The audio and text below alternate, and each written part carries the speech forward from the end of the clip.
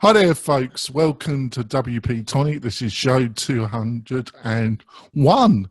Yes, folks, 201 episodes of WP-Tonic is quite amazing. We've got a small but very effective panel here. I'm going to let our guest, Caroline, introduce herself. Can you introduce yourself and tell the audience a little bit about yourself? Sure. My name is Caroline Althwaite. I run an operation called Engine Hound, and I specialize in search engine optimization. I do a little bit of Facebook advertising, and quite a lot of my clients do Google AdWords as well. So those are my three priority areas. I've been doing this since 2006. Oh, great. I just love the name. Engine Hound. It's very appropriate, isn't it? I'm going to let Sally introduce herself. Can you, Sally? Sure. My name is Sally Getch. I have a WordPress development company called WP Fangirl, and I'm the organizer of the East Bay WordPress meetup in Oakland, California. And you will no doubt see more of my cat on this show, which is, since you can't hear the cat on the audio, an encouragement to go watch the video. Oh, yes. You must watch the cat on the video. It's very entertaining. Much more than what I'm saying. Adam, would you like to introduce yourself to the audience? Sure. My name is Adam. You can find me at WPCrafter.com, where I make video tutorials for WordPress that people can understand because they're made for non-techies. Yes, non-techies. That's right. Yeah, definitely. All right, folks. We've got a couple of news stories. I think I've done better this week than last week. I do my best, don't I? I thought last week was great. Oh, thank you, Adam. You can come back anytime you like, Adam. So the first story, WP Forms requires WP Mail SMTP plugin, and that's on the Tavern. I get a lot of my stories on the Tavern, but they're very, very good. Who shall I start? Let's start with Sally. What did you think of this one, Sally? And you're on mute, I think, Sally. I was having to switch back from the screen there and unmute myself. I figure we don't need more trains on this. Oh, it's very entertaining. You know, all trains, cats, dogs, all sorts of things. Never a dull moment. No. I think this makes a lot of sense because one of the issues with form plugins that I bet all of us have run into is where the confirmations aren't being delivered or the notifications aren't being delivered, or simply because it's going through the PHP mail function, and there's something that the ISP doesn't like.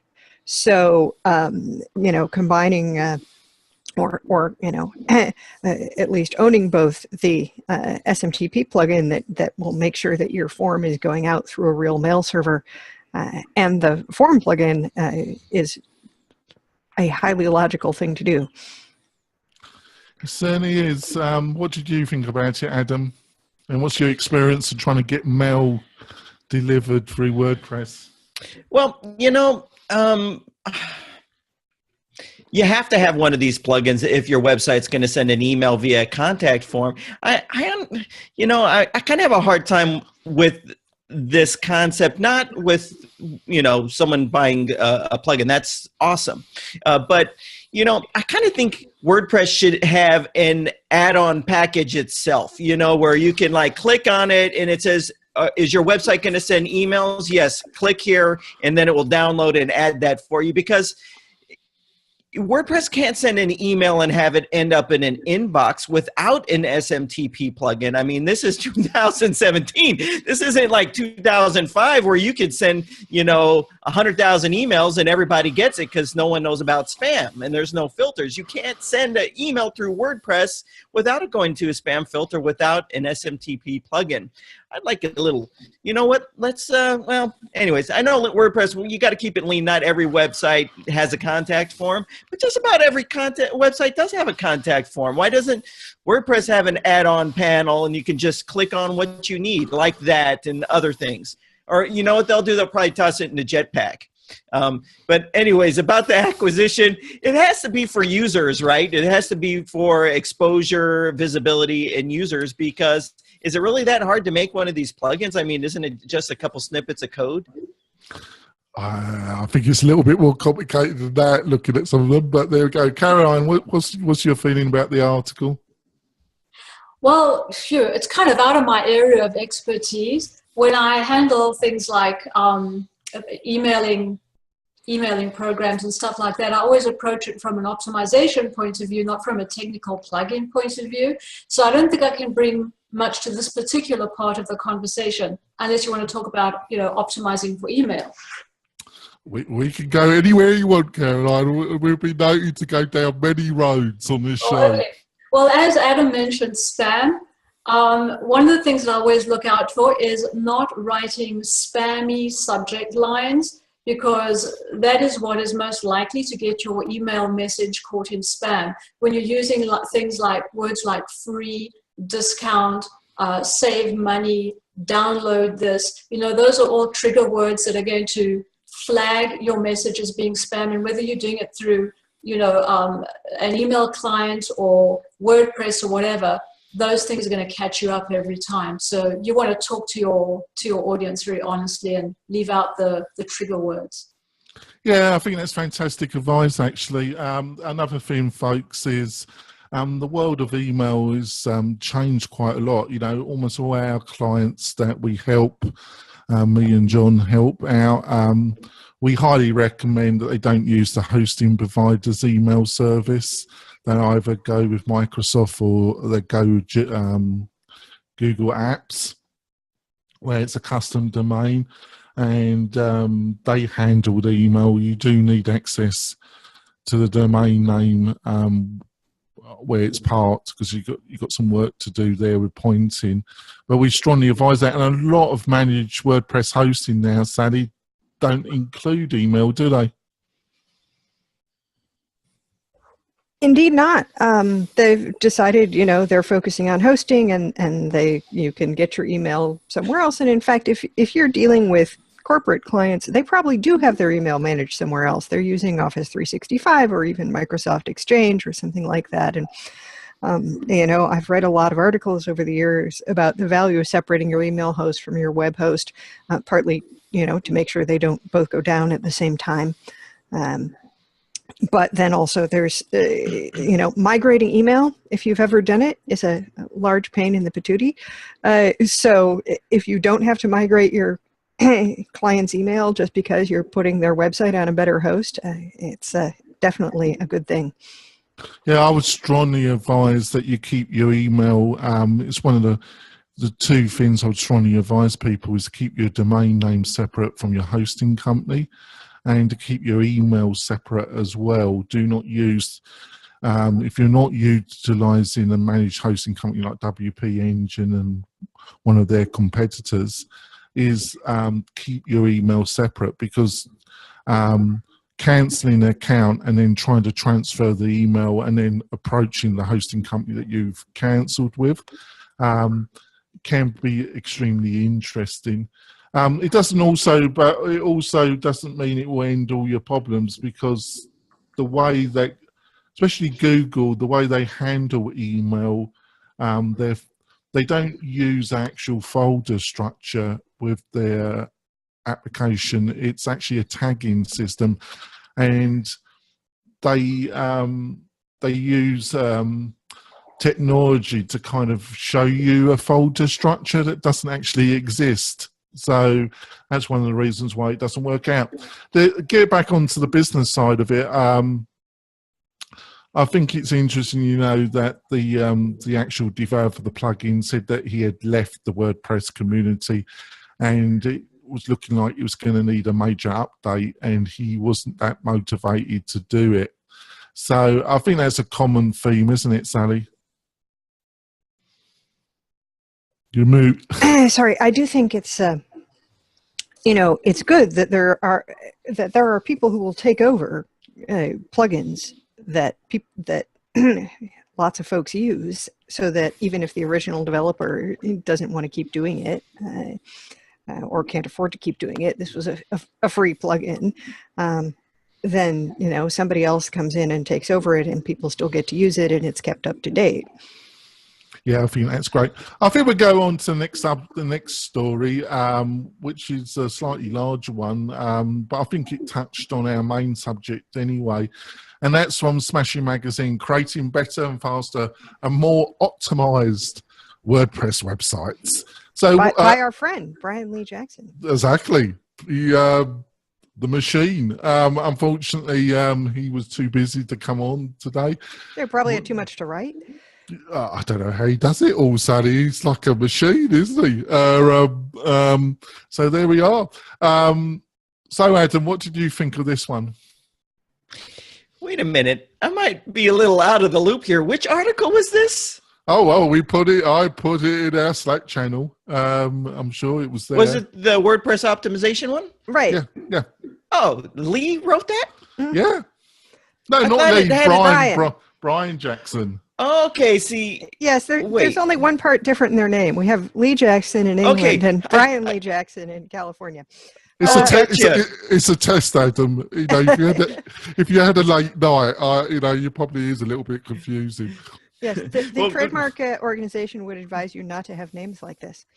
It's funny because you threw me for a loop when you said Lee Jackson, because I'm thinking the Lee Jackson dev angled crown Lee Jackson, and I was like, what? I don't remember that name on the article.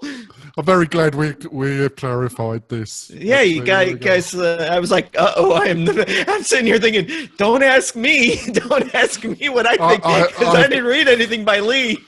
I have that feeling every day, actually. All right. Well, yeah, I'll actually, I thought it was a great in-depth article, but it's definitely not an article for just the WordPress user or the average user. It's really more detailed and in-depth for developers. And I really wish that optimizing your WordPress website for load time and actually making it kind of what Google wants to see was an easier process. It's a very complicated thing, and I deal more with the users. They're watching my videos, they're asking me questions. And a lot of times they say, oh my gosh, the website that I built, it's got this horrible score and it says all these things are wrong and it loads in 2 seconds, but it has all these problems. And I always got to tell them, you just got to take it with a grain of salt, because there's like almost no way to really, an easy way without hiring a developer to like start really hacking away at things to get your stinking website to pass all those little thingamabobs that all those stinking tests have. Well, a lot of the tests are actually kind of out of date. So if your site loads in less than 2 seconds, that's more important than whether it's got an A or indeed an F. We had a performance presentation at our meetup a couple of months ago where the speaker showed us this great slide. The site loaded in 1.2 seconds and it had an F on the Google page speed. Yeah. And these tests haven't caught up with HTTP2, so they give you negative scores for things that are no longer a problem if you've got that. However, if your site is really slow, people don't like sitting around waiting for your site to load, and sometimes you have to dig into things, or you have to hire someone to dig into things. If it is technical, and unfortunately, the people who watch Adam's videos are almost certainly also the people who buy, the themes that have all kinds of crap that loads when they don't need it. So, I think we'll throw 17 extra scripts in here for things that you're not actually using on your website. That'll be helpful. So, Caroline, what's the consequence in SEO? In some of the things that Brian was discussing here? Okay, well, the thing that I'd like to touch down on is speed, because website speed, it's always been important, but it's become so much more important now with mobile search being so popular. Many people, if they look at their Google Analytics, are going to see that a huge portion of their visitors are coming from mobile, maybe 60–70% from now on. So speed is way up there. And what I'd like to address is optimizing images. I optimize images for 3 things. Speed is the first, well, it's not the first one, it's one of them. Search and usability. And many people are not aware that they should be optimizing images for all 3 of those things. So if we have the time, I'll touch down briefly on each one. Okay. I would leave that to the main subject, actually, Okay. because it's about our main subject, folks, is going to be image optimization. Okay. So do remember that. But in broad terms, what do you think there were some other things that Brian discussed that would affect your SEO position when it comes to the website? Or was it speed? It was the main one that caught your eye? Speed was the one that caught my eye because it's one of the ones that so many of my clients are having issues with at the moment with, the surge of mobile search. But I think that what Adam said was spot on. And that is that the article was good sense for developers generally, not just for WordPress people. Yeah. I think also that I've personally myself, the beginning of the article, you need good hosting. A lot of people really skimp on the hosting, and for understandable reasons, especially if you're a newbie to all this, you're bombarded by different price points and really choosing something that will really, but on the other hand, he points out it won't solve all your problems. If you have a lot of plugins on your site, a hosting provider can't be expected. They will be helpful. If you're using a quality specialized WordPress hosting provider, they will do their best to assist you, but you can't expect them to delve into all your plugins and find out why a particular plugin or combination is really slowing your site down. Would you agree with what Brian was saying, Sally? Yeah, I think, often there is a problem, which is the host. I remember we did some code analysis for a company where, I could see several issues with their site, but it was just painfully slow. But the thing is, when we moved it onto a local server, it was really fast. So that was a pretty strong testimony to the thing is, the big problem is your hosting. And if you move it, something better will happen. But if you've got a problem in your code, if there is something, if you're running something which either because, it's a bug or it was just designed that way, is sucking up an awful lot of resources, that's not going to change when you switch hosting companies. And places like WP Engine have plugins that they don't allow because they know those things suck up a lot of resources. And so, if you are already on a good host, or if you switch to a good host and it isn't helping as much as you think it should, then obviously you need to look for the problem elsewhere. And let me add to the conversation that having these days, like say for instance, you get a plugin like WooCommerce, and to get it to do what you want it to do, you have to have 50 other add-on plugins or easy digital downloads or give WP, because there's this very predominant extension model. So I was just asked yesterday, how many plugins is too many plugins? And it's actually, you hear that a lot. It's a very complicated question to answer because it all depends on what that plugin is doing. So when you read that article, and I'll reference back to it, I think the article made reference to a plugin that you can get to fix this problem, but it has to do with a plugin and its scripts loading on every single page of your website, even though what it does isn't being utilized on that page. I think Contact Form 7, which is one of the biggest contact forms, was one of the. Am I right with that? Wasn't that in the article? And so you only have. Yes, that was mentioned in the article. But there's all kinds of things, and a lot of themes load scripts everywhere, whether they're not being used, and it's an issue. I mean, it's just because there's a very low barrier to entry of writing and publishing plugins, and the plugin review team mainly just makes sure that there's no super obvious security problems or malware. That's totally right, Sally. You get stuff that's really their main concern is security bugs, isn't it, Sally? They're not there's like 2 people who normally review all the plugins that come in, and there's 50,000 plugins or something at this point. So you know, you get a lot of people writing plugins who are relatively new at code, and they haven't thought about, you know, conditionally loading their script so that the script only shows up if the you know, if the form or whatever the script is for is being used on that page. I am surprised the number of plugins that that still don't do that. And I'm not a PHP programmer. I've done front end development, but it's well known, it's well documented about how to do that in the right way. And our friend Morton has a great little Linda thing about enqueuing your script. I would have thought if I was going to really publish a plugin, I think I would, but maybe I'm different. I think I would do some research and study it a little bit before I unleashed it upon, but maybe I'm a little bit different. I don't know. I do want to make a shameless self-plug here. You wouldn't do that, would yes. you?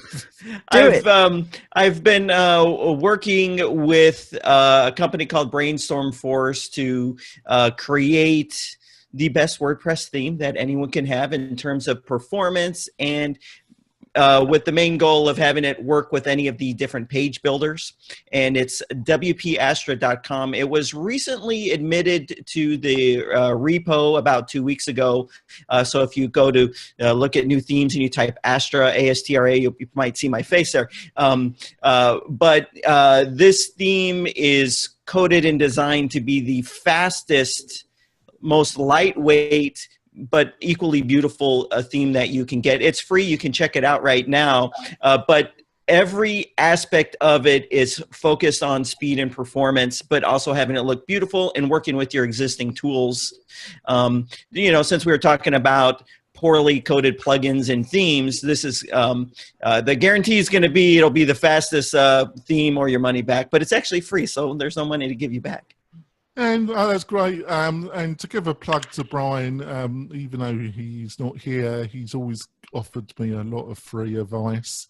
And when he's had the opportunity, he's always been really helpful towards me.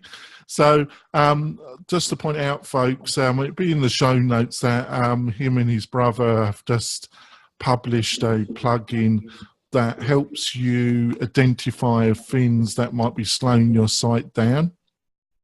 And it's got quite a slick interface, and it's something that if you're non-techie, was that in the article at the bottom? He's talking about a different one actually, from a different developer actually, which I've also used myself.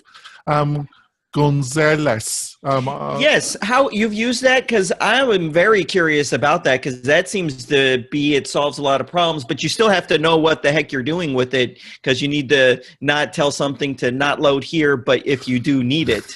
That's the problem. You do not want to use that on your public-facing yeah, this is why website. people have development servers and testing servers to make sure you've got the settings right first. And if you've got a reasonably, that's why you hire a company like WP-Tonic to help you with things like that, because you can spend a bit of time.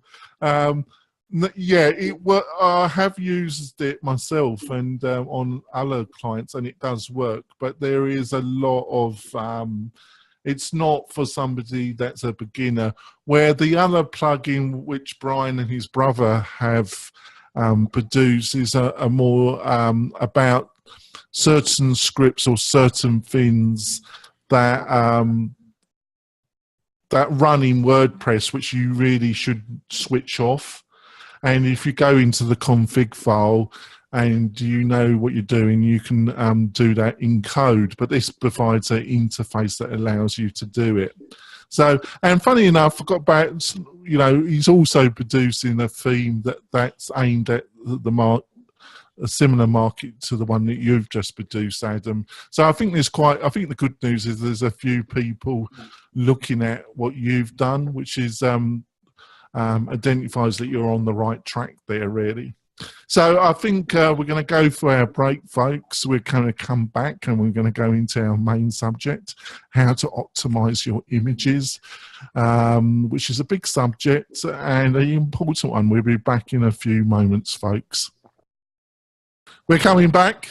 We've got a small but powerful panel.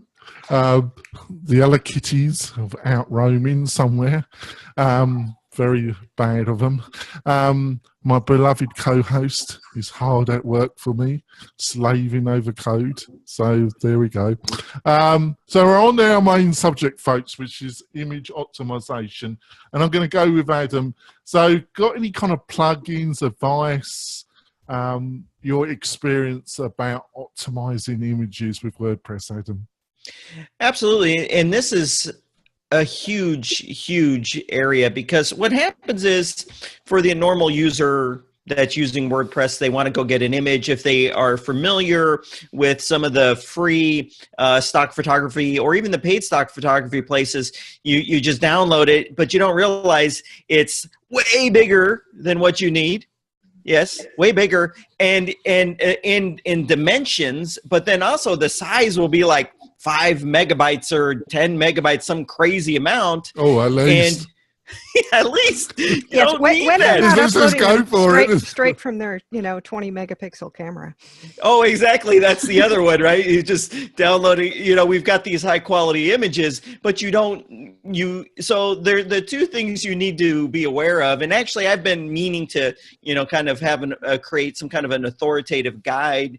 There's two things you need to do. Number one, you need to make sure that either you upload it resized the dimensions just for what you need. And that's kind of hard because most people don't know what the size should be. There's no real good resources out there for guidelines of, if I have a full width kind of row on my website, how wide should that sucker be? There isn't the greatest guidelines out there for that. And also for that little section on my homepage, how big should that be? Because you want to actually make it just as big as you need it. And then that's only part of it, because then you actually need to run it through a process to make it the size of it smaller, not dimensions, but the size of the actual image. And all of this goes back to load time of your website. If you have all these huge images, it's just going to be a lot longer of a load time. People aren't going to sit around and wait for it. Now, plugins can solve the size of it, not the dimensions, but the size of the actual download of your image. They can solve that very easily. Now, before, you used to be able, the ecosystem of WordPress is maturing where, people need to earn $1. But before, you used to be able to get a plugin that would reduce not the dimensions. Let me stop doing this. Okay. That would make it smaller, just get it to the quality you need for your website. And it was completely free, because the processing would be done on your web hosting account. But they've pretty much all gotten away from that, and they're all now software as a service platforms, which it's still very much worth your money. I personally use on my website Imagify, which is made by the same people who make WP Rocket, which is a caching plugin. Now, the reason I use them is they all have some kind of this is how many images or how much we'll do for free in a month, and you could pay for anything over that. And I find that they have the most generous allocation. You can go on the internet and do some Google searching and find out which is the best one. And they're all kind of at the same. They might be off a kilobit here or a kilobit there. That really doesn't mean anything. It doesn't have that much of an impact. But I find Imagify, it has been fantastic for me. It's 25 megabytes per month for free, and that would probably cover the majority of websites. There's Short Pixel, which is only 100 images, but you can use that up like that. If your theme, when you upload it, it makes like 15 different variations of it. There goes 15 of them, So anyways, this is a huge topic for SEO, for your load time, for just user experience on your website. Yeah, Sally, one thing I'd like you to point out to the listeners and viewers is, the other thing is WordPress makes a lot of separate, when you upload your file, you just pointed out one of the main problems is you get a client that uploads a file from an iPhone or a similar phone. It's going to be enormous. And then you got WordPress, it makes all these versions, doesn't it, Sally? Yes, it does, and that's there's some clutter involved there. The Delicious Brains guys are doing some interesting kinds of things with on-the-fly image generation for things at the correct size, but you know, it's as well that WordPress does something to make images of different sizes, because you do need that for the responsive images to serve the right size image to the correct size device. Because even if, you know, say your desktop version of your theme needs a image that's 1920 pixels across for your hero, you know, you don't need it to be 1920 pixels across on the phone. Mm-hmm. You know, you want to serve something that's smaller and that's going to come faster over that connection. I use Imagify mostly and Short Pixel occasionally. One of the things I like about Imagify is that they you can buy, like, you know, a $10 pack of you know, extra. I forget how many. You get another gigabyte or terabyte or something like that. Some fairly large quantity for that. So if you're just starting with your image compression on a site that's been around for a while and has a lot of images, that will pay for your backlog of images without you having to sign up for a monthly paid plan, because, you know, you're not getting new images added faster than your monthly free allotment is. But I think we had some stuff we wanted to Carolyn to weigh in on about sort of the principles of image optimization and why we care about these plugins and so forth. Go on, Caroline, off you go. Okay, well, I could happily echo everything that they both said, because it's all spot on. I love the fact that there are now plugins and programs that enable you to do that so easily, because, of course, in the old days, you had to have Photoshop or Photo Paint or something like that in order to do that. In fact, I still use those because, you know, I'm fortunate to have access to those, but not everybody does. But certainly downgrading the quality and the width of your image to what you really, really need and not just what you've got is very important. I'm constantly amazed at how often people don't do it. I recently saved an image off a client's site. It was a little postcard size thing. When I opened it in Photo Paint, this thing was 4,000 pixels and completely unnecessary. It was a picture of somebody at a cocktail party, you know what I mean? So it is absolutely vital. From an optimization point of view, as I mentioned earlier, there's the optimization for speed, which we've covered now, for search, and for usability. And I'd like to just touch down on all of those because, you know, from an SEO point of view, to me, they're equally important, okay? Your users and your search engines and browsers are going to thank you for, you know, for decreasing your size, first of all. But as far as search is concerned, search actually starts with the naming of your image. People are really quick to just download their image using the default name, okay? Your image name is the first clue to search engines of what that image is about. And these days, people use Google Image to search for things. You know, people will be shopping online. Very often, they're searching images, and you want your images to come up there. So never use that default name, whether it's a number or date or whatever. You always want to use about 3 to 6 words to name your image, and you want to use hyphens between every word. You can use the underscores. I stick with the hyphens because I know it's a safe bet. The reason I say 3 to 6 words is because if you're getting much longer than that, chances are you could be getting a little spammy. And if you're much shorter than that, you're probably not describing your image very well. So I'll give you some examples. Say, for example, you sell hats, okay? You want your pictures to show up in image searches as well as elsewhere. So you would name an image green, wide-brimmed woman's sun hat with a hyphen between each one.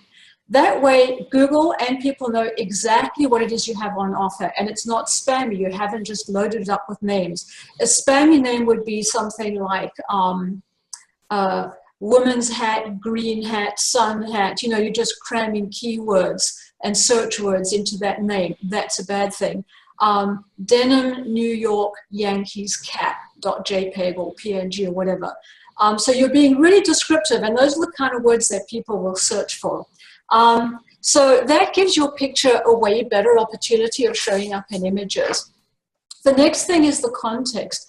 The text that is closest to your image helps it get found in search. So if you have your Yankees baseball cap showing up in a blog about your vacation, it's not so likely to show up in image search. But if it's on a product page, or if it's in among text specifically talking about caps and that particular cap, it's more likely to get found. And that's why captions are pretty important. Now, it's not always appropriate to have a caption on your photograph. You know, in blogs, it's probably more common. In product images, you don't always want a caption underneath your image. If your layout or your design warrants it, that's great. But if you don't have the benefit of having a caption, keep in mind that the context of all the text that is around your image can help it show up. I was surprised once to find out that a picture of me came up in a search for my name, even though the image was not there. The image was there. The image was not named or optimized for my name, but my name just happened to be near that image on the page, and it showed that image. So that shows you how powerful the text around your image really is. The next thing is the usability, and something that we tend to forget is that occasionally an image doesn't show up on a website for some reason, and you also have to accommodate disabled people who might be using readers to read out to them. And if they mouse over your image and they get a whole lot of spammy text, it's a very unpleasant user experience for them. Ideally, they should be able to mouse over your image, and what will be read to them is exactly what that image is. So if it is your wide-brimmed green woman's sun hat, that's what you should read out to them and nothing more. If you're any doubt to the fact that your images, that their alt text might be a little spammy, then read it out loud to yourself and think to yourself, would I like, to have that read out to me slowly by a computer reader? Okay, so one of the things you want to do for usability is always create those alt tags, because if your image doesn't turn out and somebody's having it read out to them, you want them to know exactly what it is, and you do not want a long list of keywords. And alt text should tell people exactly what an image is in the absence of the actual image. So think of it as an opportunity to include SEO keywords, not an excuse to include opportunity keywords. So if the image is a picture of a woman in a green wide-brimmed sun hat, you're going to say, woman in green wide-brimmed sun hat. It's telling people what it is, it's telling search engines what it is, and it's not spammy, but it's helping you include your keywords on the page. So a wrong thing to say would be, like I said earlier, woman's sun hat, green sun hat, wide-brimmed sun hat. So if you follow those three things, keep in mind you're optimizing an image. Have you optimized it for speed? Have you optimized it for search? And have you optimized it for usability? I think that's fantastic. I've got to be truthful. I've become a bit more religious about doing it. I'm going to ask Adam if he's the same. But I've also had to kind of develop a small checklist. And when I'm putting a blog post up now on the WP-Tonic site, I have a checklist. Otherwise, you tend to miss these things that are really important. How do you cope with it, Adam? Do you do the same, or have you just go by your experience? Yeah, well, to the topic of the name of your image, the actual file name of the image and the alt tag with it, I use a plugin that helps with that. I don't know if any of you have used it. It's called the Media File Renamer. It's in the repository. They do have a paid version. Now, what this does that's nice is it allows you to click on your media library and you can change the file name right there, and it changes the actual file name and what gets served up. This works actually very well for me, because if I'm creating a blog post and I want to put a lot of images in them that are descriptive to what it is, sometimes I just want to like slide, copy, and paste into the blog post, and I want to deal with that later because I really just want to get the content up. Unfortunately, that's how I tend to approach things, which is not usually the best. The best sometimes. I just want to get the stinking thing up and then kind of deal with the optimization later. But it's a fantastic plugin that will rename your files for you and allow you to do that.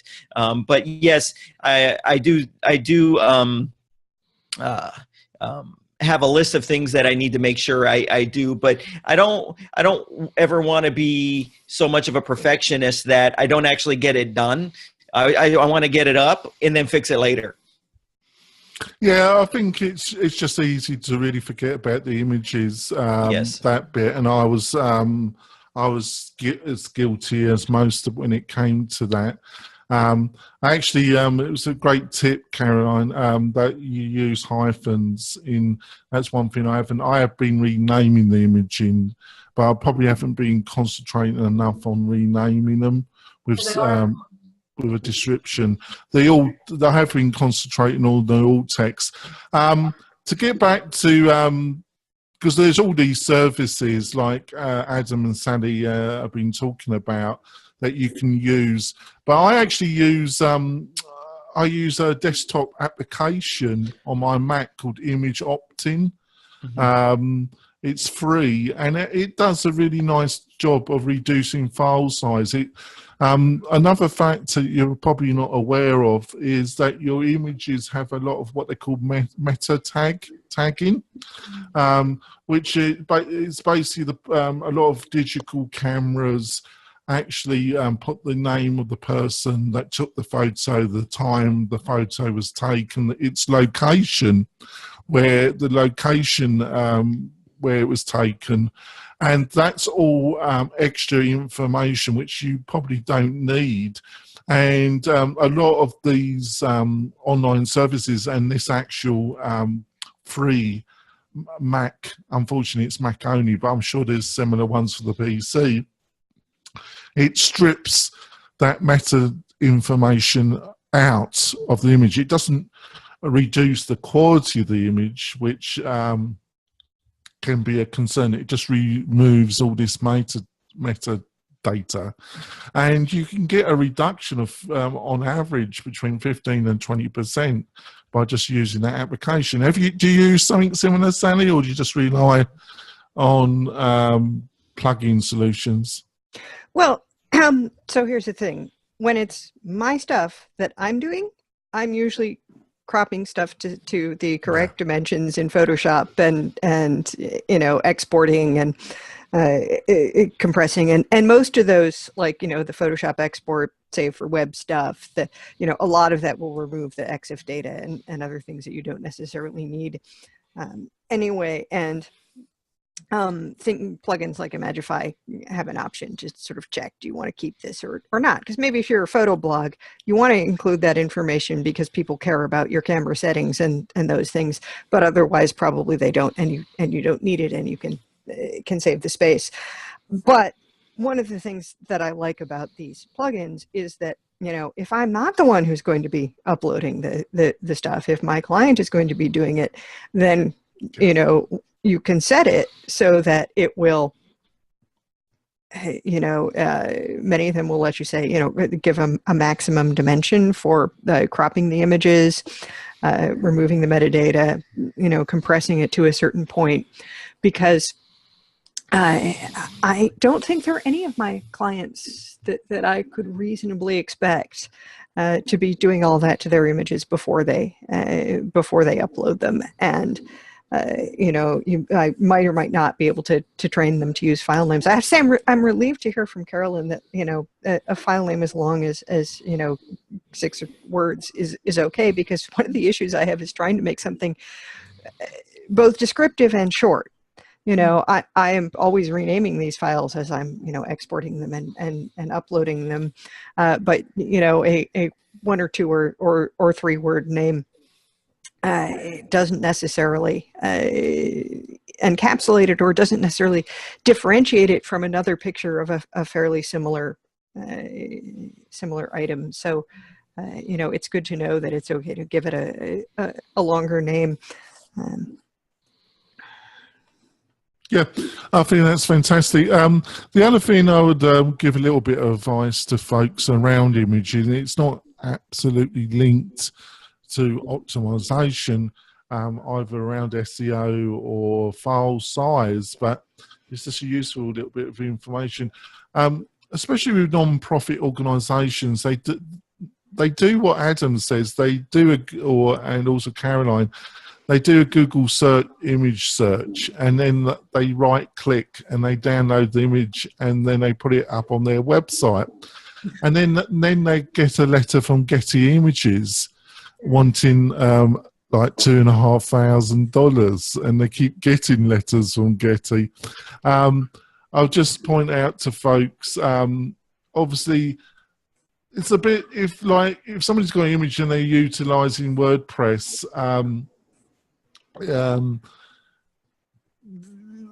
you also got the thing about if somebody's got a brand and it's a protected copyright, you can get into some trouble. But the basic one is that Getty is notorious. I think it generates a lot of its income by suing people, basically. Would you agree with that, Adam? Absolutely. I actually have a video on the best resources for free stock photography, and it's so easy to get them now. I mean, there's lots of great resources, and there's also very affordable resources as well. There is zero reason why anyone should go to Google search. It's not free. I mean, you just can't do that stuff. And I've known people that's happened to, and it's just a complete shakedown. You will receive a letter, and they are very motivated. It's kind of like that whole controversy with sharing movies on BitTorrent, and you get a letter from some sleazy law firm that says, give me $3,000 or we're going to sue you, and it's going to cost you a lot more.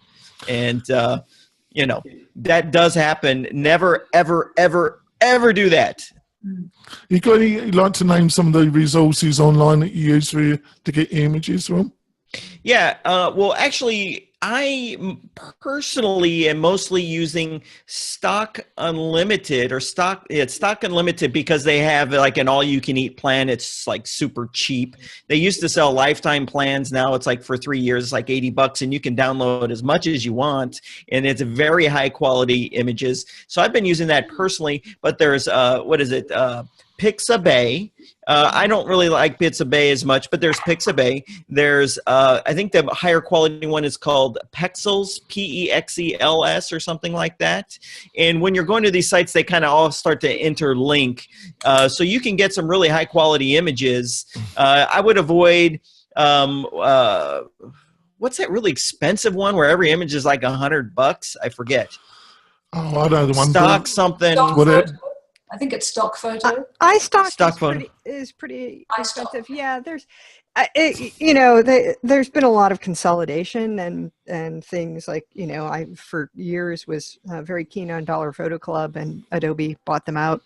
That was a good one, yes. Until they shut them down. Right, Adobe has bought us, and I noticed that I got a year at $10 a month or something from Adobe, but I noticed that has expired, and now it's $30 a month, and it's sort of like, okay, do I really want to keep paying this? I mean, there's sometimes I find stuff there that I can't find on like Deposit Photos or somewhere else, but I'm not sure I'm using enough to justify justify that expense. But there are many sources. It astonishes me how many adults have no idea that just because you find it on the internet doesn't mean you can use it. It just never seems to cross people's minds, and then they get into trouble. What a surprise! Well, the naivety is a lot of non-profit organisations think that Getty Images won't be sending a letter to them. I can assure you can be as non-profit as you like. You're still going to get a letter from Getty Images. Caroline, where do you get your images from? When you I have two sites that I use a lot. I do use Pixabay for things that you really, really don't want to invest in your money in, like maybe a Facebook post or something like that. I use Creative Market, and I use Fotolia, Fotolia.com. I love them. You're looking at about $5 to $10 a picture. I think both of them allow you to do it on a one-off thing. You don't have to have a monthly subscription. So I go to Creative Market and I download an image for $5, $8, or $10. The variety is pretty good. The variety on Fotolia is even better and very professional. It's amazing. So those are my two favorite ones, my go-to ones. I have had clients who have sued for using images from Getty. They think that their little website or their little blog is way too obscure for those images ever to be found. And I'm just using it small in this little icon. They get found like that, and they get that letter very quickly. Apparently, they don't understand what a search engine is. Yeah, yeah. Yes. Well, I think we covered the subject, and I think it's been a fantastic conversation. We've had a small crew here, folks, but it's been great, actually. I'm going to wrap it up because I've got to go and get my flight to Orange County. I'll see you later. See you later, Adam. Yeah. So I'm going to let Adam start. So, Adam, how can people get hold of you and learn some more about you? Absolutely. You can just visit my website, WPCrafter.com. It's pretty much all free resources there. I put about maybe 5 videos a week, trying to do it one a day, but it's kind of hard to keep up with that. But just WPCrafter.com. It's all high quality, the highest quality WordPress tutorials that you could find right there on my website. And you can have all my social stuff there as well. And if you're at this Orange County WordCamp, I'm going to be there. Come say hi. Me and Jonathan will be there representing. Yeah, I just want to say Adam does some amazing videos and it's really great stuff. So if you want to learn more about, you're a beginner and you want to learn more about WordPress, listen to the podcast and also go to his YouTube channel. You can feast out. Sally, how can people get hold of you? You can find me at WPFangirl.com, and I am at Sally Getch on Twitter. And indeed, I have a name that is unique in Google. So if you can spell it, you will find me. That's great. Caroline, how can people find more about you and your services? Best through my website as well. That's enginehound.com. It has an S on the end, not engine hound. That's what everybody puts in. So enginehounds.com will tell everybody everything that I do. I just love that name. Engine Hounds. Thank you. Hound those engines. Exactly. And how to get hold of me? I'm missing my co-host. He normally says that to me. How you can get hold of me? It's quite easy, folks. You can find me on Twitter at Jonathan Denwood. Trying to do a bit more on Facebook, and you can email me. If you've got any questions, suggestions for the show, subscribe. Basically, that's Jonathan at WP-Tonic.com. And please give us a review. We say it every episode, but getting reviews on iTunes, I know it's slightly painful how they make it, but it will really help the show. So if you're a new listener or a listener that's been just been listening for a couple months, show your support by giving us a review. It really helps. I think it's been a great show. I think we've covered some really interesting things around images. And we'll be back on Wednesday with an interview. And every Friday at 9 a.m. Pacific Standard Time, you can watch the show live on our Facebook page and see us live, basically. So we're going to finish up, and I'm going to say what my co-host on me says. Get your WP Tonic dose every week. See you soon, folks. Bye.